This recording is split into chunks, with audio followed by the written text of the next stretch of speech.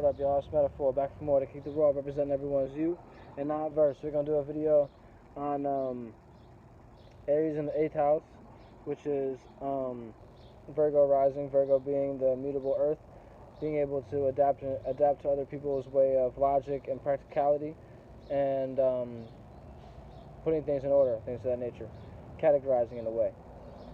That's your personality. And your 8th house would be Aries, which is initiating, creating new ways of seeing and feeling. So your new way of seeing and feeling is in a way that you want to continue to transform this. So you're going to use this this cardinal action to transform this deep dark nature that this 8th house is a water house. So you having fire here is kind of like an opposition kind of thing. Not really opposition, kind of to say it's an in conjunction between the 8th house and the 1st house. Aries originate from the 1st house. So you think about it this way, you could say that it's a misunderstanding. So maybe at times you bring so much fire to the circumstance that you want to transform to the point that you don't actually see the totality of what you could transform.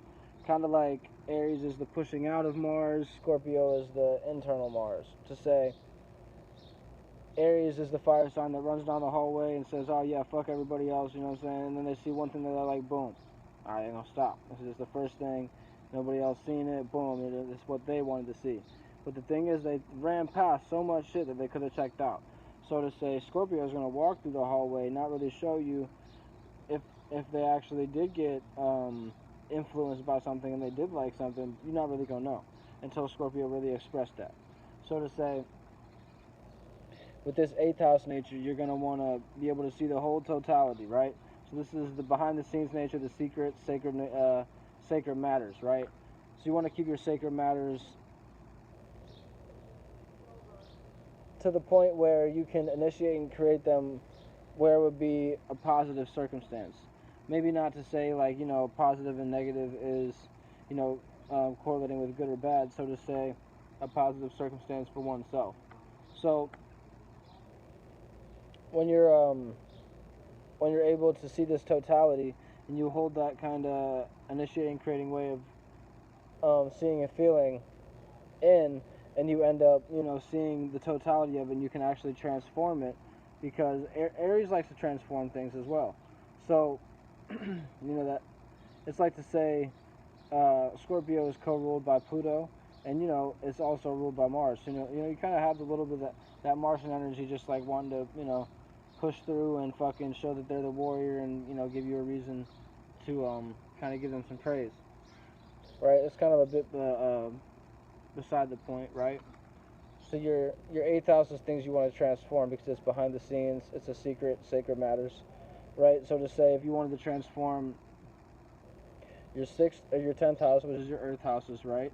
You could do that, right? You could also use this with your trines, so to transform your 4th or your 12th house, right? So to say, if you want to transform your home, and you could use the fire alignment here, right, and spark a new fire within your home, right? So the 4th house would be, since you have Virgo rising, your 5th house would be Capricorn, so your 4th house would be Sagittarius, right? So you spark a new way of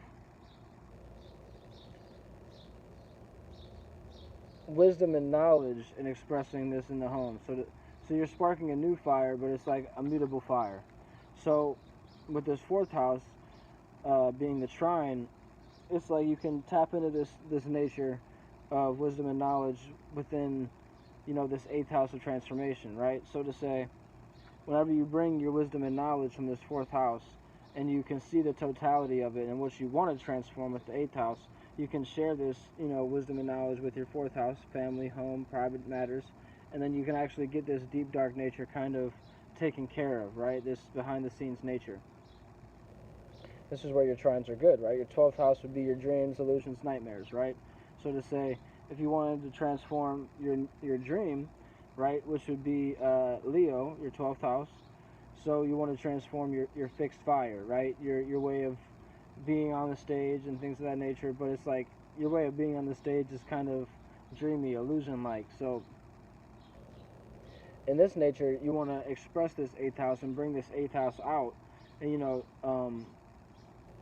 kind of, not to say run down that hallway as fast as I'm saying, but kind of like go down the hallway in your own way, but don't allow someone to deter your path, right?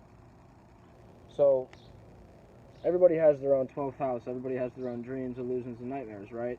But to say that we can relate our dreams and nightmares, and to help each other out. So, what I'm saying, you can bring these deep dark natures that you want to initiate and create into the world, and be able to transform your dreams. Create new dreams with others by sharing these dreams and bringing this eighth house nature out. It's like the eighth and the 12th house kind of go hand in hand, if you ask me. So to finish up what I was saying about this sextiles, you got your sixth and your 10th house, which is your earth house, right? Your sixth house being your routine, your 10th house being your career, what you're known for, things of that nature, right? And this is going to be air here, if I'm not mistaken.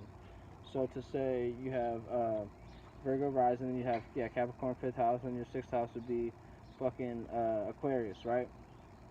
So to say if you want to have your own routine, but be able to communicate this routine and have these own kind of critiques in a way that is fixed, right? Aquarius being fixed air, communicating on your own way of logic and things of that nature, right?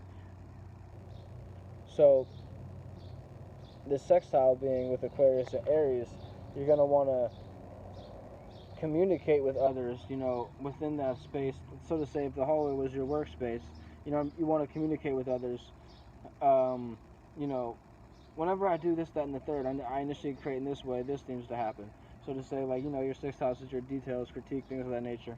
So to say, if you and you speak with others and see how their schedule work, you could probably correlate and see where you could change things up, because you're communicating in your own way of you doing things, but you're also being open to associate. Humanitarian, be 11th house associates, birthing Aquarius. You see what I'm saying? So, and then to finish this up with your 10th house, um, being Gemini, you want to, if you want to change your status or the way people see you or your career and things of that nature, you truly just have to express all your thoughts, right?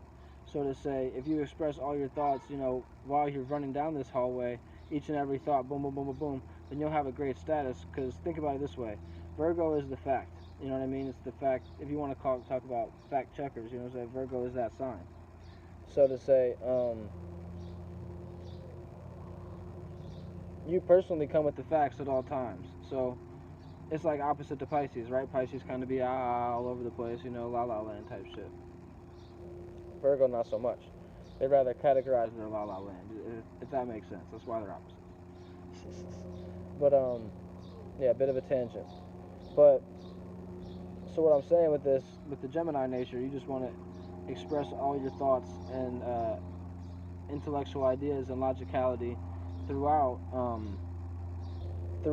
your day, and you see what I'm saying. So I was speaking about the analogy of Aries running down the hallway and only giving a fuck about one thing that they know is new. Nobody else been fucking with it.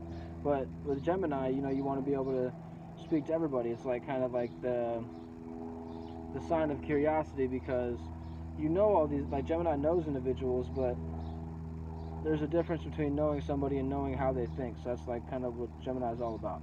So yeah, holla back at me, y'all. This is for Virgo rising and the 8th house being in Aries. You know what I'm saying? Holla back.